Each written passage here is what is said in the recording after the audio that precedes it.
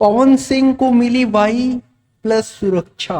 नमस्कार दोस्तों, मैं कार्तिक और आप देख रहे हैं भोजपुरी गाइड्स यूट्यूब चैनल।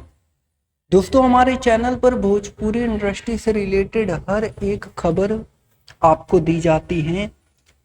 तो चैनल पर नए हैं तो चैनल को सब्सक्राइब जरूर कर लीजिएगा। दोस्तों, आपको बता दें कि आज बहुत बड़ी खबर निकल रही है आज के दिन।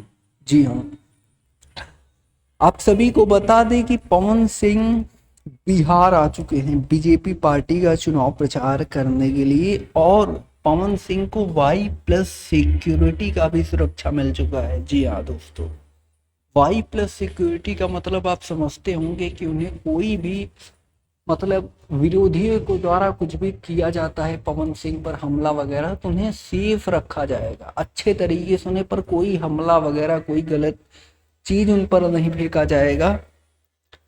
तो बहुत सारे तरीके से उन्हें प्रोटेक्ट किया जाएगा। पवन सिंह का एकदम खतरनाक वाला सुरक्षा होगा, और देख सकते हैं पुलिसकर्मी लोग भी उनके साथ रहेंगे, बहुत सारी चीजें होंगी। तो आने वाले टाइम पर बताते रहेंगे आपको, तो वीडियो को लाइक कर लीजिएगा। सिक्योरिटी के बारे में बता दिया, और भी बहुत सारी बातें हैं आने वाले वक्त में आपको पता चलेंगी।